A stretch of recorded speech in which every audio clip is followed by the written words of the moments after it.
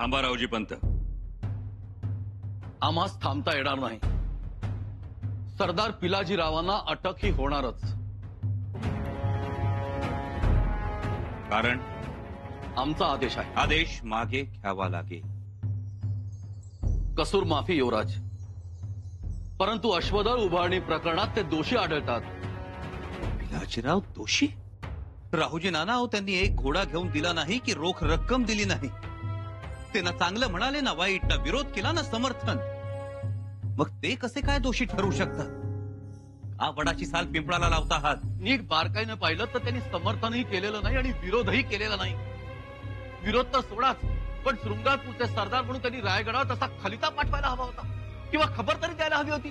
त्यांनी तेही केलं नाही. हाच त्यांचा अपराध आहे आणि म्हणून त्यांच्या अटकेचा आदेश. बस राहुजी सोमनाथ, बस. ज्यांनी आपली उभी हयात स्वराज्याच्या हिफाजतीसाठी घालवली, ज्यांनी आपली सगळी शक्ती महाराजांच्या स्वराज्य रक्षणासाठी खर्ची घातली, ज्यांनी सगळा तळ कोकण एक केला, कोकणातले बंडावे पुंडावे मोडून काढले, त्या पिलाजीरावांना अटक? माफी असावी युवराज, परंतु रायगडावर कालच्या पुण्याईवर आत्ता दिवस काढता येत नाही. त्यासाठी कालही चांगलं वागावं लागतं आणि आजही चांगलंच वागावं लागतं. पण पिलाजीरावांची चूक ती काय? आणि तुमच्या म्हणण्याप्रमाणे त्यांनी आम्हाला जो विरोध करायला हवा होता तो तरी कुठल्या कारणासाठी हे कळू द्या आम्हाला. तुम्ही अश्वदळ उभारलं, त्यात काय गैर केलं आम्ही? अश्वदळ उभारल्यात गैर काहीच केलं नाही, परंतु स्वराज्य शिस्त मोडून. त्यात आम्ही कुठे शिस्त मोडली? शिस्त मोडलीत. कोणताही निर्णय तुम्ही पूर्व परवानगीशिवाय घेऊ शकत नाही, तो शिस्तभंग ठरतो. वारा, पाऊस आणि आम्ही या परवानगीच्या शिस्तीत बांधले जाऊ शकत नाही. वारा तुम्हाला विचारून वाहत नाही, पाऊस तुम्हाला विचारून पडत नाही. तसेच आम्ही आहोत. आम्हाला भावलं आम्ही करतो, आम्हाला पटलं सुसाट सुटतो. मान्य, आमच्या युवराजांना वाटलं त्यांनी केलं, परंतु तुम्ही हे अश्वदळ उभारलं ते कोणा शिवस्वरूप बाबाच्या सांगण्यावरून? आम्ही कुणाच्या सांगण्यावरून केलं हे महत्वाचं आहे की आम्ही काय केलं हे महत्वाचं आहे? तुम्ही अश्वदळ उभारलं ते चांगलंच केलं, परंतु मंत्रिमंडळाच्या पूर्व परवानगीशिवाय अशी फौज उभारता येत नाही. मंत्रिमंडळाच्या पूर्व परवानगी शिवाय? जी रावजी सोमनाथ, युवराज म्हणूनही आम्ही हा निर्णय घेऊ शकत नाही. युवराज म्हणून म्हणजे? स्वराज्याभिषेकाच्या पवित्र सोहळ्यात युवराज म्हणून आमचा अभिषेक झाला, तो काय केवळ सोपस्कार होता का? आम्हाला युवराज पदाची मानाची वस्त्र बहाल करण्यात आली, ती केवळ नाममात्र होती का? त्याच पवित्र सोहळ्यात मंत्रिमंडळाच्या बरोबरीचे अधिकार युवराजांना देण्यात आले, ते अधिकार आता कुणाला मान्य नाहीत का? आहेत ना. मग त्याच अधिकारात जर आम्ही फौज उभारणीचा निर्णय घेतला तर तो चुकीचा ठरतो, तो स्वराज्य संमत ठरत नाही. हो म्हणजे? बोला बोला रावजी सोमनाथ, आम्ही सांगतोय म्हणून नाही, जे खरं असेल ते सांगा. आहे ना आम्हाला अधिकार? हो आहे.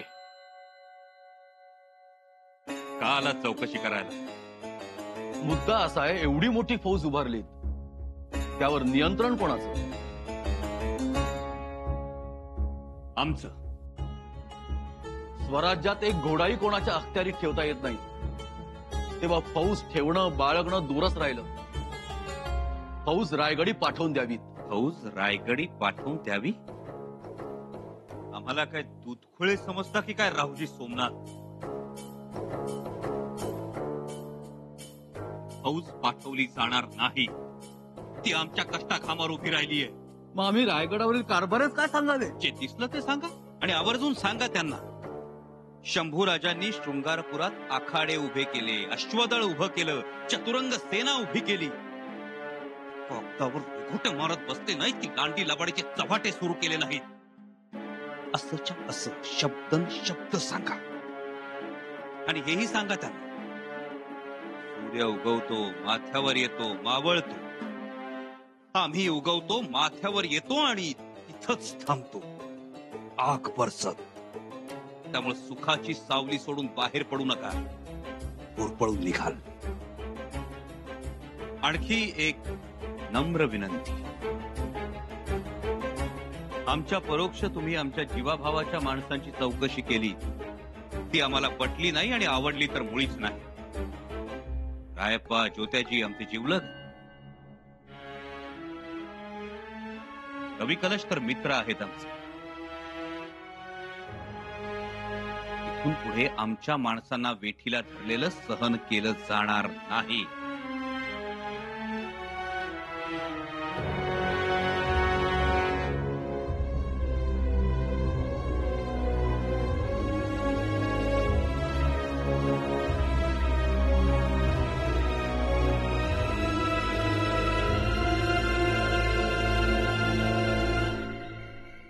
बाबा, नका वाईट वाटून घ्या. आपल्या शिर्के घराण्याची पुण्याई थोर म्हणून बरं झालं, नाही तर अवघड झालं असतं. तुम्हाला खरंच अटक होणार होती? हो, थोडक्यात वाचलो. तसे आदेश दिलाच होता रावजी पंतांनी. मग युवराज कुठे होते? युवराज आला ना, युवराज आलं आणि शिर्के घराण्याचा सगळा इतिहासच वाचला. ते ऐकून रावजी पंत अगदी गप्प बसला. चुकलं म्हणले, पण एक घडलं. दिसायला ते बरं दिसलं नाही. आमचंही तेच म्हणणं आहे बाबा. आम्ही कुलमुखत्यार आहोत. निदान पंतांनी आम्हाला तरी आधी कळवायला पाहिजे होतं. कारण नसताना या वयात चौकशी म्हणजे मानाने झाल्यासारखं झालं. हे सगळं त्या अश्वदळ निर्मितीमुळे झालंय. परवानगी घेतली नाही ना. पण म्हणून तुमची चौकशी का? आम्ही या सुब्याचे सरदार आहोत ना. असं येसू, एक विनंती होती. आम्हाला नाही थेट बोलता येत युवराज असणे, म्हणून त्यासनी म्हणावं त्या कलुषापासून जरा 2 हात लांब राहा. हे जे समजा काही घडतंय ना त्याच्या मुळाशी कलुषाच आहे, असं गणोजी राजा म्हणत होतं. बाबा हो, ते तर युवराजांचे मित्र आहेत. मैत्रपणा करायला दुसरी माणसं आहेतच की येसू. पण तो या शृंगारपुरात आल्यापासूनच असं काय बाई अघटित घडायला लागलंय. तेवढं सांगा त्यासनी. ठीक आहे, आम्ही सांगतो. युवराज आता उद्याच राज होणार आहेत, तेव्हा त्यांच्याविषयी रायगडावरचं वातावरण सुद्धा चांगलं राहायला पाहिजे. एवढीच हात जोडून विनंती आहे. बाबा, विनंती काय हो करताय? या विनंती पाठीमागचा उद्देश एवढाच होता की युवराजांच्या शौर्याला, धैर्याला कुणाची नजर लागू नये.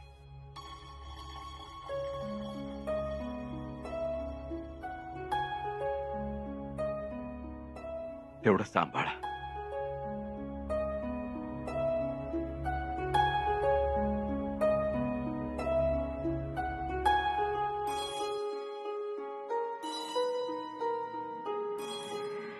आणि महाराज, जिंजीच्या किल्ल्यावर आपला भागवा अखेर फडकलाच. वाह वाह हंबीरराव, वाह. हे म्हणजे अति उत्तम झालं. जिंजीचा किल्ला ताब्यात आला आणि आपल्या फौजेला जरा बी त्रास नाही झाला. त्या खानानं अलगद हत्यार खाली ठेवलं. जिंजी स्वराज्यासाठी खूप महत्वाचं आहे.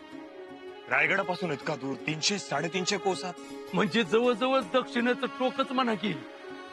आणि महाराज, कालच आपल्या फौजा विरामपट्टणच्या समुद्रावर जाऊन आल्या.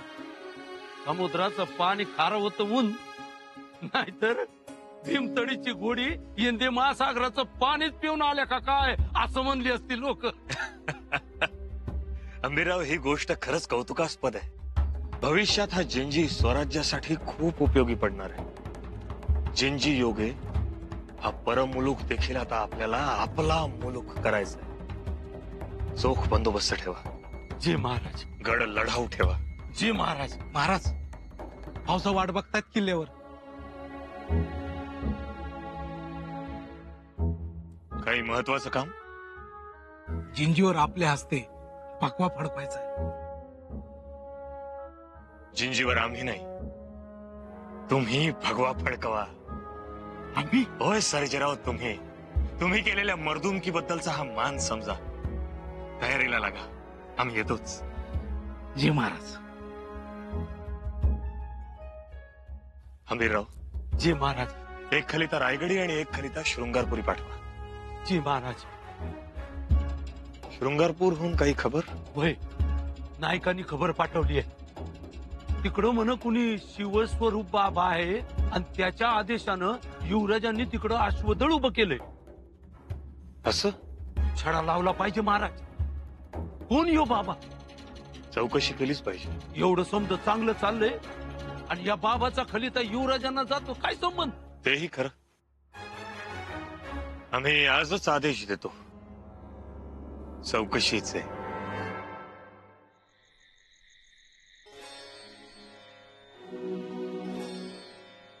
युवराजनी,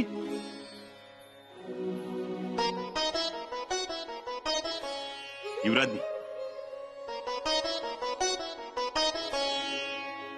युवराज, माफी असावी, पण आपण आमच्याशी बोलू नये. युवराजनी, आमचं डोकं दुखतंय. युवराजनी, युवराजनी. वहिनीसा रणोका, काय झालंय? नाराज आहेत ते. नशीब तुमच्याशी 2 शब्द तरी बोलले. पण कारण काय? तुम्हाला काय विचारलं तर सांगता तुम्ही त्यांना. करताच ना टाळाटाळ. मग राग नाही येणार? सकाळपासून त्यांनी काही खाल्लेलं नाही.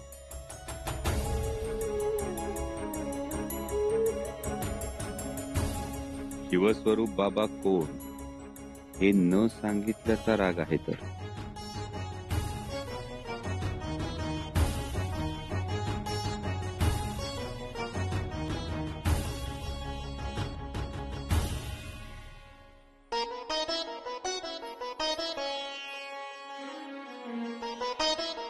सकाळपासून काही खाल्लं नाहीये तुम्ही. घ्या. आम्हाला भूक नाहीये. येसू, या दिवसात जास्त भूक लागते असं म्हणतात. घ्या. नकोय आम्हाला. येसू, काय एवढं दुर्लक्ष करत आहात? आम्ही दुर्लक्ष करतोय? मग काय आम्ही करतोय? ते स्वतःच्या मनालाच विचारा. येसू, एवढं तिरकसपणे का बोलत आहात? आम्ही सरळच बोलतोय आणि याआधीही तसंच बोलत आलो. तुमच्या बोलण्याचा अर्थच कळत नाही आज. कळायला हवा, कारण हे बोलणं बंद दरवाजा आडचं बोलणं नाही ना. न कळायला.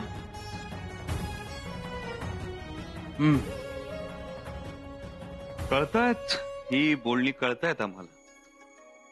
कळतंय, पण वळत मात्र काहीच नाही. काय वळत नाही? आता तेही आम्हीच सांगायचं का? सांगा. असं समजा की आम्हाला कळतही नाही आणि वळतही नाही. खरं तर आम्ही बोलणारच नव्हतो तुमच्याशी, पण आम्हालाच राहवत नाही ना, म्हणून बोलतोय. म्हणजे मेहर नजरच करताय की आमच्यावर? बोला बोला, मनातला सल सांगून टाका. तुम्ही आमच्या प्रश्नाचं उत्तर दिलं नाही अजून.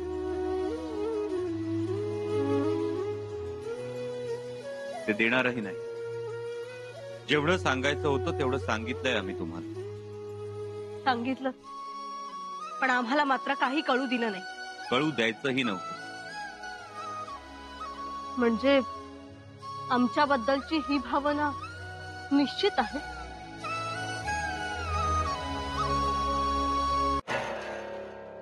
याचा अर्थ शंभूराजेंनी तुम्हाला दाद दिली नाही तर? म्हणजे शब्दशः ते खरे म्हणता येणार नाही. मग खरं काय आहे ते तरी सांगा. माफी असावी राणीसाहेब. माफी नंतर, पण तुम्हाला हे तरी मान्य आहे ना की रायगडावर तुम्ही हात हलवत माघारी आलात? राणीसाहेब, आम्ही पिलाजीरावांना अटक करणारच होतो, पण करू शकला नाही. राणीसाहेब, युवराज आले आणि रायगडावरचा काळा पाषाण ढेकूळ झाला आणि विरघळून गेला. तसं नाही राणीसाहेब, आम्ही शिकस्त केली, पण हाती काहीच आलं नाही. पंत, तुम्ही निदान घोडदळ जर जप्त केली असती ना आणि रायगडावर घेऊन आला असता तर आम्हाला आनंद झाला असता. पण नाही, तुम्ही तेही करू शकला नाही. ते कवी कलश, निदान त्यांना तरी समज द्यायला हवी होती. कोणाच्या सांगण्यावरून अश्वदळ उभं राहिलं, ते शिवस्वरूप बाबा कोण, कशाचीच माहिती मिळवली नाही ना तुम्ही. नाही म्हणजे सगळी अंधाधुंद सुरू आहे. तर मनमानीचा धुरळा उडतो आहे आणि आपली तोंड भरली जात आहे. पंत, आम्ही आपल्याला वाघाची शिकार करण्याच्या तयारीनं पाठवलं होतं, पण सशाची शेपूटही दिसू नये आपल्याला. माफी असावी. आता एक करा, ही जानकारी अशीच्या अशी महाराजांपर्यंत पोहोचेल असा खलिता तयार करा. जी. युवराजनी,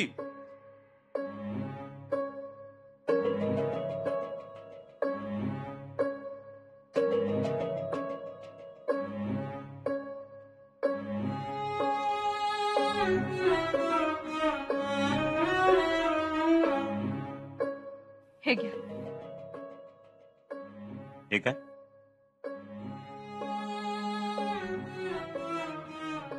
श्री सखी राधनी जयती, एका ओळीचं काव्य. नकोय आम्हाला, चाळून टाका. येसू, आम्ही प्रेमाने दिले तुम्हाला ते. या मजकुरात आणि आपल्यात तफावत झालीये. नाहीतर आमच्यापासून एवढ्या गोष्टी दडवताय, आणि जर आम्ही श्री नसू, सखी नसू, राधनीही नसू, तर जयती कोण ना, आणि कशासाठी? ही तर पराजयती. मग काय अर्थ होतो ना या मजकुराला, या प्रेमाने लिहिलेल्या काव्याला? युवराजनी, तुम्ही ऐकून तर घ्या. आम्हाला जे ऐकायचं आहे ते सांगणार आहात का?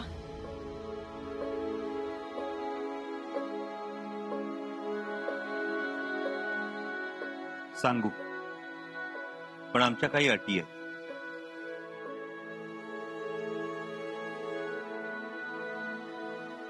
आम्हाला तुमच्या सगळ्या अटी मानू. ही गोष्ट कोणालाही कळता कामा नये. नाही कळणार कोणाला, पण आम्हाला तरी सांगा. येसू, शिवस्वरूप बाबा